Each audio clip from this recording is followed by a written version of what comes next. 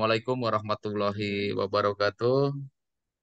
Waalaikumsalam warahmatullahi Waalaikumsalam wabarakatuh. warahmatullahi wabarakatuh. Alhamdulillahilladzi an'amana bi ni'matil iman wal Islam wa nusolli wa nusallamu ala khairil anam sayyidina Muhammadin wa ala alihi washabihi ajmain amma ba'du. Puji dan syukur kita panjatkan kehadirat Allah Subhanahu wa taala. Salawat beserta salam semoga tercurahkan kepada baginda alam Nabi besar Muhammad Sallallahu Alaihi Wasallam. Sallallahu Alaihi Wasallam. Alhamdulillah atas izin Allah Subhanahu Wa Taala di malam yang bahagia ini penuh dengan bintang dan bulan purnama ya. Mudah-mudahan kita semua dalam kesehatan, ya, sehat walafiat dan semoga saja apa yang kita inginkan semoga dikabulkan oleh Allah Subhanahu Wa Taala. Baiklah Ibu Bapak yang Amin, terhormat, amin, amin. peserta PPG dalam jabatan 2023, kami dari kelompok 3 yang akan membahas yaitu lokakarya modul perangkat pembelajaran dalam kegiatan belajar yang ke-10 yaitu penyusunan proyek penguatan profil pelajar Pancasila dan Pancasila. profil pelajar rahmatan lil alamin. Ini Oke. sudah dibagi ya nanti oleh anggota kelompok 3 sudah dibagi per slide untuk menjelaskan setiap materinya ya. Ya Ibu Bapak ya. Baik, Ya, siap. ini kelompok 3 diperkenalkan dulu. Pertama Ibu Waroatul Janah SPDI ya. Mohon maaf nggak ditulis itunya ya, tidak ditulis gelarnya, mohon maaf. Yang kedua Gak apa-apa, Ibu Pak. Santai ya aja. Ibu Mary Ratna Nurjana SPDI ya, SPDI semua ya, Sarjana S1 semua ya, Ya, ada Pak. S2-nya. Ya, Gak ada kali Pak Ridwan. ya, yang ketiga Pak OTW ya, Ridwanuddin Pak? ya SPDI. Kemudian yang keempat Pak Ahmad Mijarudin SPDI dan yang terakhir saya sendiri ya, Ang Supirman begitu. Ini kelompok 3. Baik, kita langsung ke slide selanjutnya. Langsung saja ya Ibu ya. Ya, Berarti Pak. ini Langsung aja, Pak. ya siap. Di sini ada sebuah materi yaitu agar pendidikan dan satuan pendidikan dapat mengimplementasikan kurikulum merdeka, maka secara garis besar terdapat 4 langkah yang dapat dilaksanakan di masing-masing satuan pendidikan. Keempat langkah itu dapat dilihat dalam gambar ini. Ya. Peta konten dalam memahami pengimplementasian kurikulum merdeka. Yang pertama, langkah 1, memahami garis besar kurikulum merdeka. Tentunya untuk langkah selanjutnya, maka satuan pendidikan dan pendidik atau dalam hal ini kita sebut guru, maka harus memahami dulu secara garis besar itu kurikulum merdeka. Begitu. Karena kita kan ada perubahan dari Kurtilas ke kurikulum merdeka, banyak sekali istilah-istilah yang mungkin perlu dipahami ya gitu. Tapi pada Ya, betul. dasarnya ya sama-sama saja seperti itu. Cuman ada satu langkah-langkah yang memang agak sedikit sederhana dalam kurikulum mereka ini. Kemudian yang kedua yaitu memahami pembelajaran dan asesmen. Pembelajaran dalam asesmen tentunya di sini ada asesmen formatif dan asesmen sumatif ya, lebih jelasnya. Kemudian yang ketiga langkahnya itu memahami pengembangan kurikulum operasional satuan pendidikan dalam kurikulum merdeka. Nah ini adanya KOSP.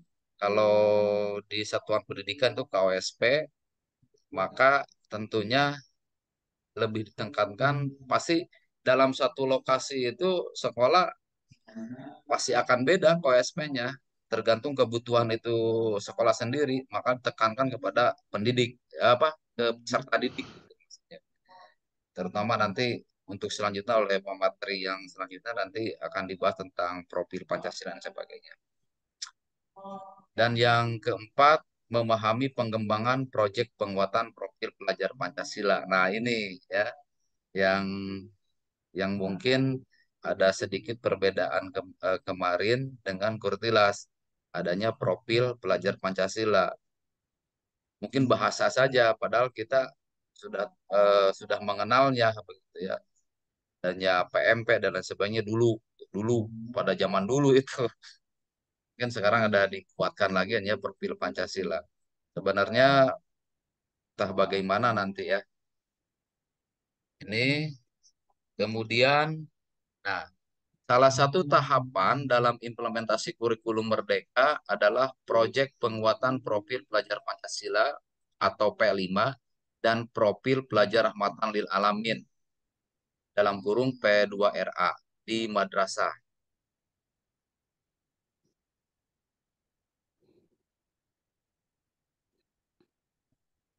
Eh, di madrasah ya, P5 PRA adalah usaha dalam mewujudkan pelajar Pancasila yang mampu berperilaku sesuai dengan nilai-nilai Pancasila, yaitu beriman dan bertakwa kepada Tuhan Yang Maha Esa, berkebinekaan, royong, mandiri, kemudian bernalar kritis dan kreatif, serta memiliki perilaku yang moderat dalam menerapkan nilai-nilai ajaran Islam dalam kehidupan bermasyarakat. Mungkin itu saja yang bisa dipaparkan untuk saya pribadi ya. Nanti akan dilanjutkan lagi oleh pemateri selanjutnya. Mangga, Ibu, Pak siapa? Pak, Pak Ridwan. Pak Ridwan. Mangga, Pak Ridwan.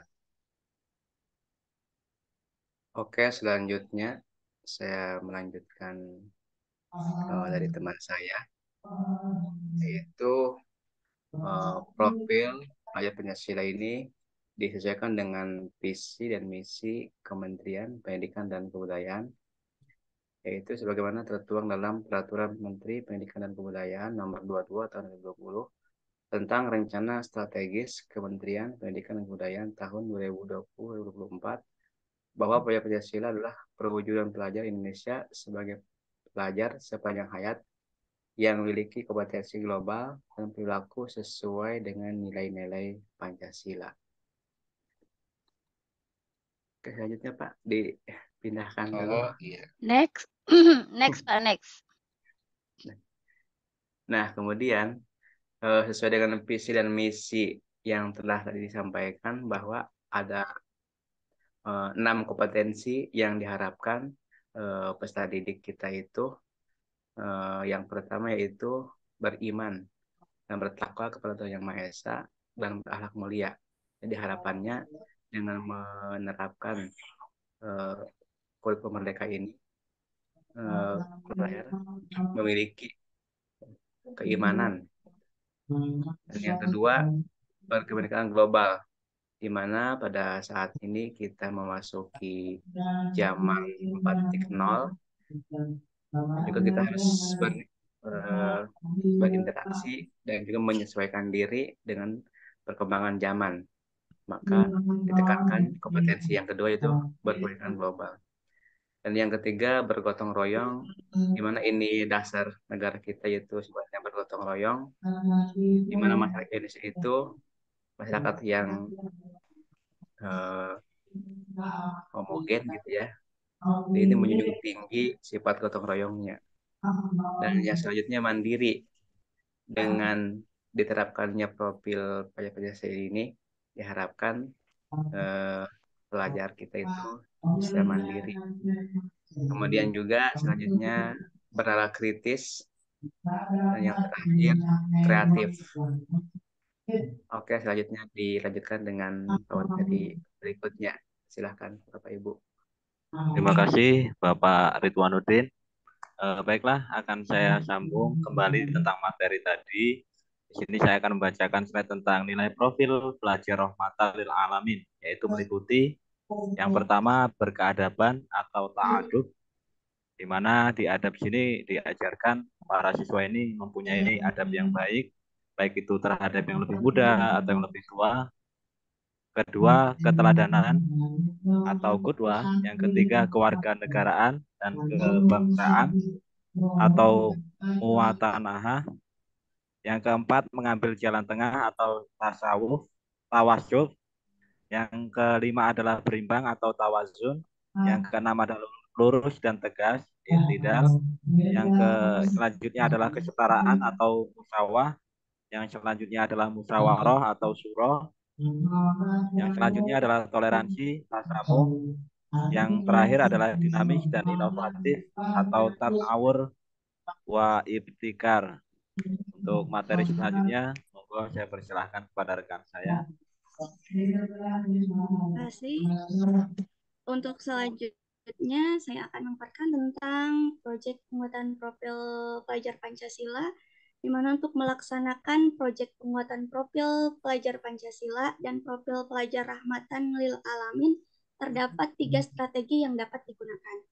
Yang pertama, berbentuk kokurikuler, yang mana kokurikuler ini adalah pembelajaran peserta didik yang dilaksanakan untuk penguatan atau pendalaman yang telah dipelajari dalam intrakurikuler di kelas. Proyek dilaksanakan secara terpisah dengan kegiatan intrakurikuler. Yang kedua, terpadu atau terintegrasi.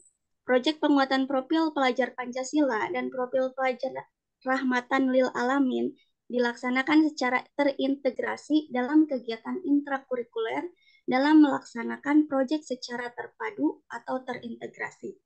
Pendidik melakukan kolaborasi dengan pendidik lain pada mata pelajaran yang berbeda. Kegiatan proyek juga dapat diarahkan dengan melibatkan masyarakat di sekitar lingkungan madrasah dengan menerapkan pembelajaran berbasis lapangan atau masalah agar peserta didik mendapatkan pengetahuan dan keterampilan secara dapat mengembangkan karakter secara holistik. Dan yang ketiga adalah ekstrakurikuler. Kegiatan proyek penguatan profil pelajar Pancasila dan profil pelajar rahmatan lil alamin dapat diintegrasikan dengan kegiatan ekstrakurikuler di madrasah, seperti kegiatan pramuka, palang merah remaja, OSIS, dan kegiatan ekstrakurikuler lainnya. Oke, untuk selanjutnya akan dilanjutkan oleh rekan saya, Ibu Warwatul Jannah. Oke, terima kasih Bu Mary. Baiklah, Bapak Ibu, saya akan menyambung diskusi dari teman saya yang sudah dijelaskan dari awal sampai akhir, sampai Bu Mary. Di sini saya akan menyambung dalam P5 atau PPRA ya. Itu juga ada jenis asesmen ya. Jenis asesmen dalam penyusunan modul proyek dapat menggunakan 2 asesmen. Yang pertama yaitu asesmen formatif dan yang kedua adalah asesmen sumatif. Seperti yang sudah kita bahas sebelum-sebelumnya ya, bahwasanya asesmen ini sangat sangat bermanfaat sekali ya. Seperti asesmen formatif ini bermanfaat untuk memahami performa di awal dan sepanjang proyek profil, membantu peserta didik memperbaiki dan mengembangkan diri untuk mendapatkan hasil belajar yang lebih baik serta mengoptimalkan dampak proyek profil ini. Kemudian sementara yang kedua yaitu bentuk asesmennya adalah asesmen sumatif. Untuk apa sih asesmen sumatif ini? Asesmen sumatif ini bermanfaat untuk memahami performa di akhir proyek profil dan bagaimana kemudian peserta didik apakah sudah memenuhi apakah capaian serta sejauh mana sudah mencapai fase perkembangan yang yang apa ya yang apa ini yang suplemen dari dimensi profil yang disasar, maksudnya yang dituju gitu ya. Nah, kemudian ketika kita mau melakukan asesmen, kita juga harus punya perencanaan ya, punya waktu yang tepat untuk melakukan asesmen itu sendiri. Seperti waktu penggunaan untuk asesmen formatif ya, dapat dilakukan di awal perencanaan jika membuat sendiri modul project profil atau pada penentuan dimensi, elemen, dan suplemen. Sub-elemen maksudnya sub-elemen ya. Jika menggunakan modul project profil yang sudah ada dan dilakukan secara berkala ya, terus-menerus berkelanjutan selama project profil dilaksanakan. Kemudian sementara asesmen sumatif dilakukan pada akhir project profil. Jadi setelah melakukan project ya, baru dilakukan asesmen, yaitu yang disebut asesmen asesmen sumatif ini. Nah, kemudian itu jika diperlukan ya, terutama di project profil dengan jangka waktu yang panjang. Nah, kemudian bentuk asesmen formatif menggunakan rubrik umpan balik atau umpan balik itu dari peserta didik dan sesama peserta didik gitu ya. Kemudian baik secara lisan maupun tertulis, observasi bisa, kemudian diskusi ataupun presentasi.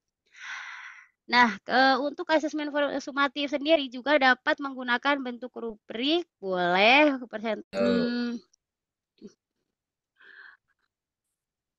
Oke. Nah, oke, Bapak Ibu kita lanjutkan lagi. Seperti yang sudah saya jelaskan tadi, bahwasanya untuk P5 dan PPRA ini mempunyai 2 jenis asesmen ya. Yang pertama yaitu asesmen formatif, yang kedua asesmen sumatif. Nah, kemudian untuk asesmen formatif itu untuk asesmennya bisa menggunakan rubrik, umpan balik, kemudian tertulis, observasi, diskusi, atau presentasi. Kemudian untuk asesmen sumatif sendiri dapat menggunakan rubrik juga, kemudian presentasi, poster, diorama, produk teknologi atau seni, esai, kolase, atau drama. Nah, Bapak Ibu, perlu kita ketahui bersama bahwasanya pemerintah meluncurkan program ini atau menerapkan begitu banyak alur dalam program kurikulum Merdeka ini berupaya untuk apa sih? Untuk mendorong tercapainya profil pelajar Pancasila dengan menggunakan pendekatan berbasis proyek. Jadi ada yang anak-anak dapatkan dari kurikulum Merdeka ini gitu ya. Ada sesuatu keahlian atau sesuatu keterampilan yang diterapkan ke anak-anak. Dan itu juga pemerintah sudah menyusun ada beberapa tema yang P5 yang telah ditetapkan oleh Kemendikbud. Dan itu mungkin per jenjang ya, dari SD, SMP ya. SMA itu sudah dipetakan gitu ya, seperti ada gaya hidup berkelanjutan, kemudian kearifan lokal, ya kan? Ayo, apalagi Pak, kira-kira Pak, selain itu ada Bhinneka Tunggal Ika ya Pak ya? Iya. Kemudian bangunlah jiwa dan raga, suara demokrasi, kemudian ada juga kewirausahaan. Nah, nanti di akhir ya untuk asesmen sumatifnya bisa tuh prakteknya dilakukan dengan tadi misalnya produk teknologi atau misalnya drama atau apa sesuai dengan tema yang ada gitu ya. Misalnya nanti saya mau menerapkan tentang gaya hidup berkelanjutan. Nah, untuk gaya hidup berkelanjutan itu sepertinya apa contohnya? Kan banyak kan, maksudnya gaya hidup berkelanjutan itu sesuatu keterampilan yang bisa dilakukan dan terus-menerus dipraktekkan dalam kehidupan sehari-hari. Misal ya, yang sudah banyak dilakukan itu seperti pengolahan sampah, memilah sampah organik dan anorganik gitu kan. Kemudian mengolah barang bekas menjadi sesuatu yang bermanfaat gitu. Itu juga bisa dilakukan. Itu di akhir ya, di akhir asesmen. Seperti itu. Jadi ketika anak-anak ketika selesai pembelajaran misalnya di kelas 5 nih atau di misalnya di fase C ya kelas 5 itu. Fase B, dari fase B misalnya kemudian mau naik ke fase C, mereka sudah punya keterampilan gitu ya, sudah ada yang didapatkan. Nanti untuk selanjutnya di fase C-nya nanti ganti lagi temanya, Ya, begitu. kelas Nah, 56. 56 ya beda ya, 56 Iya, itu jadi fase C. bergabung, misalnya mau fase C. Jadi misalnya gini ya Pak, kalau misalnya di fase C itu mau pakai kearifan lokal misalnya Pak. Itu digunakannya misalnya fase C itu 56 berarti dua-duanya sama ya kearifan lokal gitu kan Pak ya? Bu, gimana? Apa misalnya yang fase C ini kelas 5-nya temanya beda, kelas 6 beda? Apa begitu? Apa misalnya dua-duanya sama untuk P5-nya? Kalau menurut saya sama sih ya. Untuk P5 misalnya itu masing-masing fase. Misal fase C kearifan lokal, ya udah berarti fase C itu meliputi kelas 5 dan 6. Berarti untuk tema P5-nya adalah kearifan lokal. Jadi nanti mereka misalnya apa nih kearifan lokal yang bisa diangkat? Misalnya mengunjungi museum Banten misalnya kan gitu ya. Jadi anak-anak oh iya ya gitu kan tahu. Jadi bisa dituangkan dalam rubrik seperti itu. Nah, Bapak Ibu yang berbahagia, mudah-mudahan berbahagia ya. Amin. Nah, apa Amin, sih amin, amin. kesimpulan dari tema diskusi kita malam ini ya. Dari diskusi ini sebenarnya kalau mau kita buka ya, kalau mau kita kupas tuntas itu kayaknya nggak cukup ya Ya, dengan nggak waktu 2 cukup. jam gitu ya. Karena ini tuh materi yang sangat menarik kalau menurut saya. Betul, Pengennya betul, sih betul. nanti karena misalnya Hal menampilkan baru ya Bu ya. produk-produk anak-anak, iya Bu ya. Itu kan sangat seru sekali ya, bagaimana melihat kerajinan anak-anak gitu kan, yang sudah-sudah gitu contoh-contohnya. Nanti mungkin di lain kesempatan dilanjut kembali. Kemudian oke, selanjutnya untuk kesimpulannya, mudah-mudahan hasil diskusi malam ini Amin. walaupun tidak banyak, sedikit bisa memberi pencerahan untuk teman-teman kelas D ya. Mudah-mudahan bahasa yang sangat tidak sederhana ini bisa dipahami atau slide ini bisa dibaca lah. Kalau slide-nya udah bagus banget ya. Ya, itu sangat ringan dan bisa sangat dipahami. Nanti untuk penjelasannya bisa ya searching-searching, googling-googling gitu untuk menambah pengetahuan karena memang kurikulum Merdeka ini kan sangat baru ya, masih Ya, masih baru, kita juga masih betul. meraba-raba gitu, masih harus Sambil disapa-sapa kelompok yang lain, Bu, buat mau bertanya gitu. oh iya iya iya ya boleh boleh boleh. Kelompok 1, 2, Nanti Pak, 3. ya benar-benar Pak ya. Paling itu saja. Mungkin nanti Pak Firman bisa menyapa-nyapa. Oke, kelompok Bapak Ibu yang di kelompok berapa nih? Kelompok lain Satu. ya yang Ya. sedang kelas 1 2 yang sedang menyimak nih, terima kasih ya kami ucapkan. Komen-komen di bawah jangan lupa subscribe. Ya, kita sama-sama belajar. Mohon koreksinya Ya, Ibu. Terima kasih Ibu Dr. Helnalis yang sudah memberikan kesempatan kepada kami untuk belajar amin. bersama. Mudah-mudahan Ibu sehat selalu, berkah. Amin, amin. Doakan kami, semoga kami lulus semuanya ya Bu. Amin. Iya, iya, iya. Oke, itu saja mungkin ya. Barangkali teman-teman yang lain mau menambahkan, Pak Ang, Pak Ridwan, Bu Mary, mau Ya, menambahkan? ya. Mangga, mangga, mangga, mangga. Oke, terima kasih. Syukron kasiron wajazilah. Amin. Terima kasih atas kebersamaan malam ini. Mudah-mudahan Allah meridhoi, mendapatkan hasil yang terbaik, Amin, amin. diberikan kesempatan bertemu kembali. Oke, bersama-sama kita ucapkan salam yuk. Ayo. Yuk, kita akhiri Ya. dengan Wassalamualaikum. Assalamualaikum. warahmatullahi wabarakatuh. wabarakatuh. Oke. Hmm.